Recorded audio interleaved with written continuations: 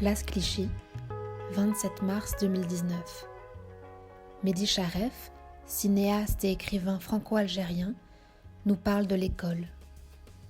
Celle qui lui a permis, en tant que jeune immigré, de développer sa passion pour l'écriture. Mais celle aussi qui continue de passer sous silence l'histoire douloureuse de la colonisation et de l'immigration algérienne.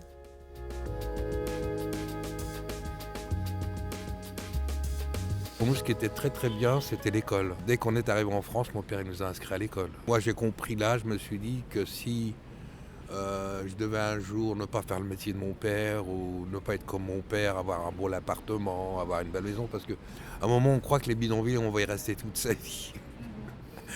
Alors, on se dit, l'école peut me sauver, quoi. Alors, s'il y a des choses intéressantes dans l'école que je peux me nourrir avec, qui feront que j'en ferai un métier, c'est comme ça que j'ai un peu calculé. Et puis j'ai eu de la chance de commencer à aimer tout ce qui était histoire, littérature, grâce à l'instituteur. Il nous lisait des histoires en français. Nous, on lisait aussi, on avait un livre de lecture en classe, on lisait tous les jours un petit peu. Et ça m'a donné envie parce que c'était que des histoires. Je me suis dit, je suis capable de raconter aussi une histoire.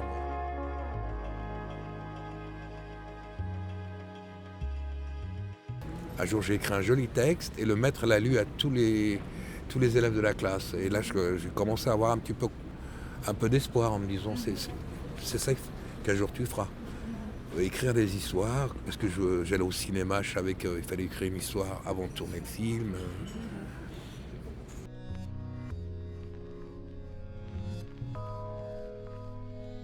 La grosse révolution, c'est que les jeunes ne veulent plus être considérés comme des indigènes.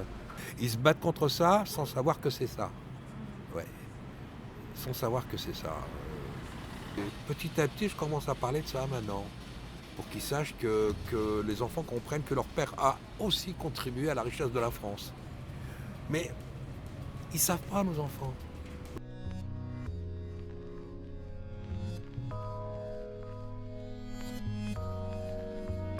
C'est pas de leur faute, c'est comme ils l'ont pas lu dans les livres d'école, c'est tout.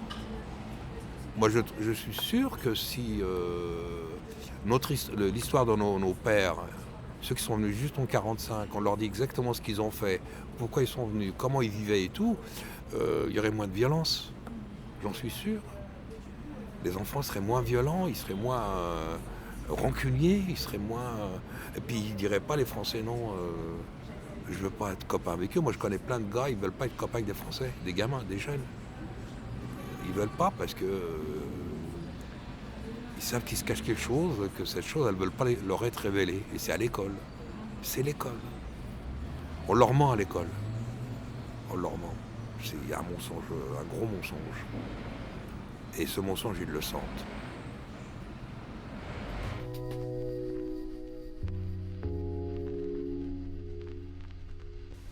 Cet entretien a été présenté et réalisé par Laura Ménard. Les propos ont été recueillis par Felipe Camart et Fernanda Villar dans le cadre du projet de recherche Mémoire, enfants d'empire et post-mémoires européennes.